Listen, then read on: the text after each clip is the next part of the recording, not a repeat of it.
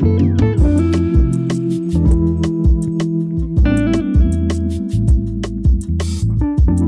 the gut-brain axis refers to the way in which different hormones and other kind of processes, or products, products of digestion and products of your body's metabolism affect your mood and affect your ability to think clearly, and how that interacts between the gut and the brain itself.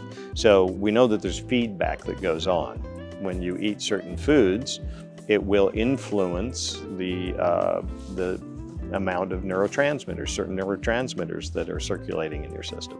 So your gut will actually produce serotonin in response to diet. In fact, it produces more serotonin than you produce in the brain.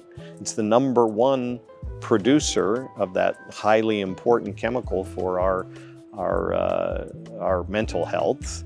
And your diet has a profound effect on how much, when, and to what extent you produce serotonin. So that's a really good example of this gut-brain axis interaction.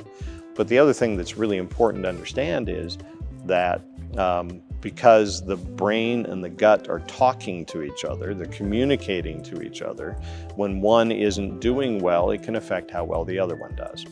So, and that loop, that feedback loop between the two, where the gut and the brain are talking to each other through the nervous system, that can be also improved and influenced primarily by the way that you eat and what you eat.